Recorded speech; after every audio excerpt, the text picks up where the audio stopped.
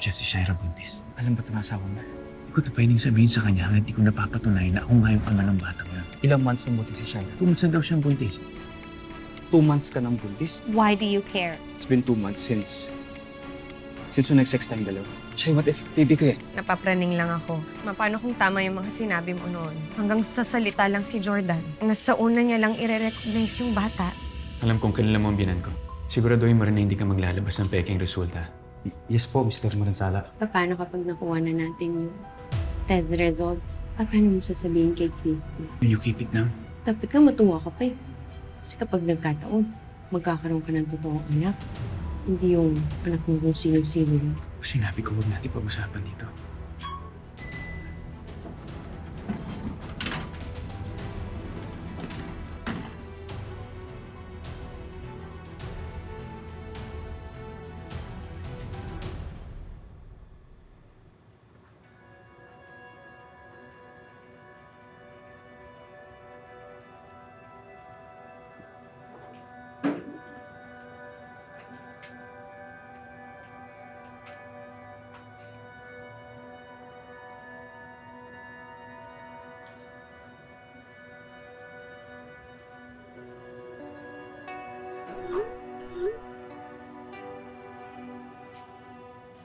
Oh, ano meron?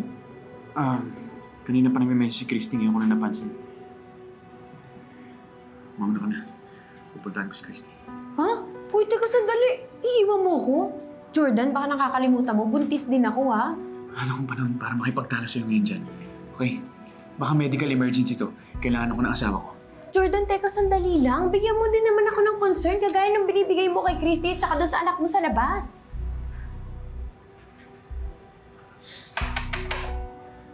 Grabe to eh. Iwan mo talaga ako.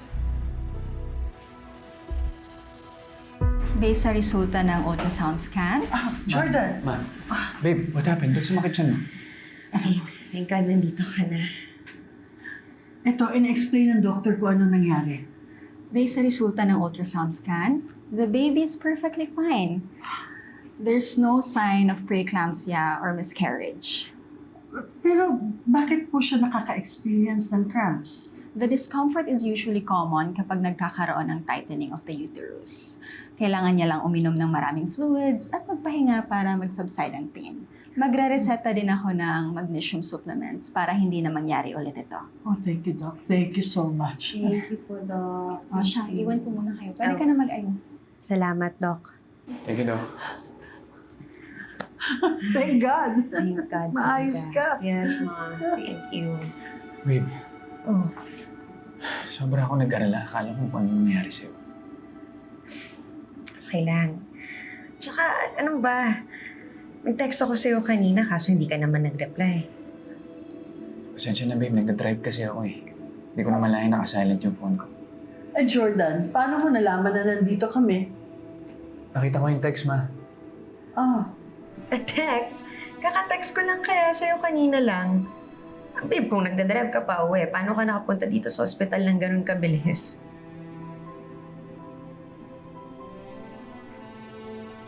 Like I said, on the way yung hospital.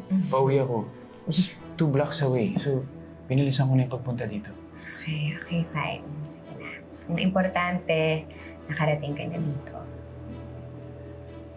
Si God nang bahala sa baby natin. Buti okay ka lang.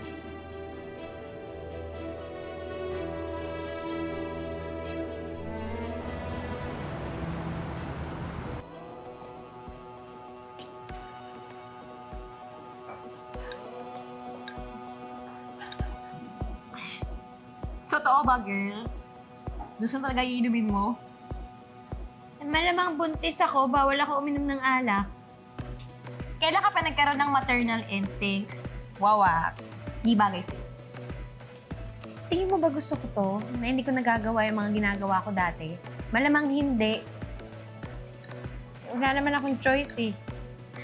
Kailangan ingatan ko tong baby ko dahil ito na rin magiging weapon ko para maging patas ang laban namin ni Christy. Pero paano ka naman nakakasiguradong makakatulong yung baby sa tiyan mo? Malamang, why would you think otherwise? Eh kasi, hindi mo pa naman alam yung magiging resulta ng DNA test, di ba?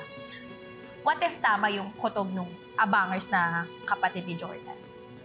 Yung patay na patay sa'yo. What if kanya talaga yung baby na yan?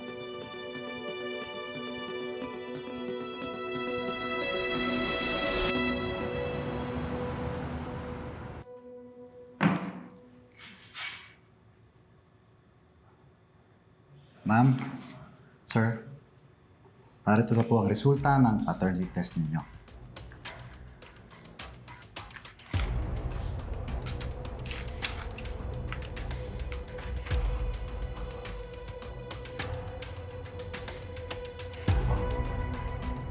At parang hindi ka natutuwa. Mali ba assumption mo na ako yung manang bata? Tama ka. I'm not happy at all. Kasi kung naniwala ka na lang sa akin umpisa pa lang, edi hindi na sana tayo nag-aksaya ng time at pera para sa result na yan. Kasi same lang naman yung sinasabi dyan sa sinasabi ko sa'yo before, di ba? Na ikaw ang tatay ng pinagbubuntis ko.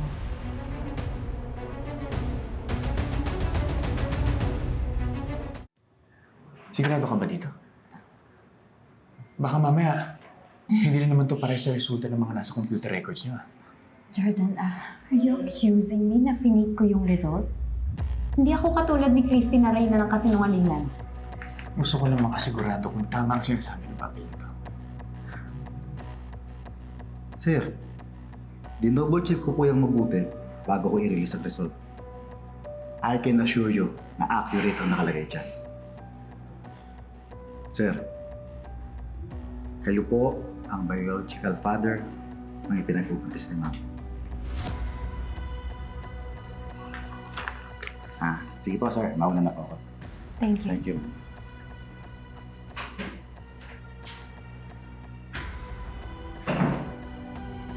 Jordan, we should be happy and celebrating. Tingnan mo, magkaka-baby na tayo.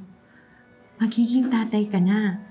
And this time, totoong ikaw yung tatay. Hindi souvenir na isang rebelding nakabuntis kay Christy.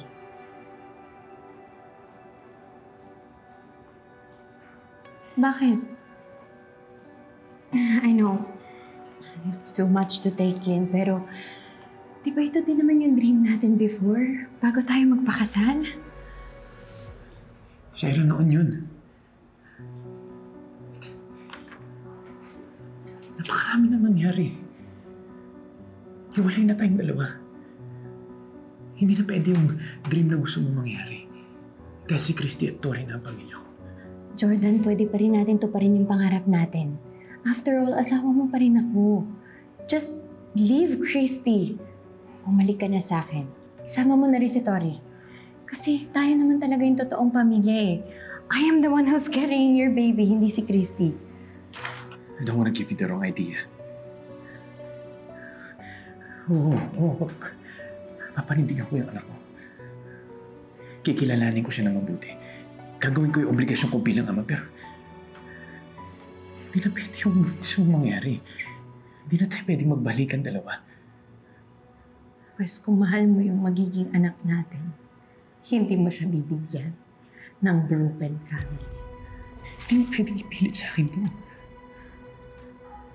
Kahit na alam mo na hindi ko totoo kong mahal. So, ganun. Si Christy pa rin yung gusto mo. Siya pa rin yung pipiliin mo. Ang tanong, kung magustuhan ka pa rin kaya niya kapag nalaman niya na buntis ako at ikaw ang ama. Huwag na huwag mo akong papangalahan. Ipangako mo sa akin na hindi mo sasabihin sa kanya na may anak tayo. Dahil ako ang unang magsasabi sa kanya.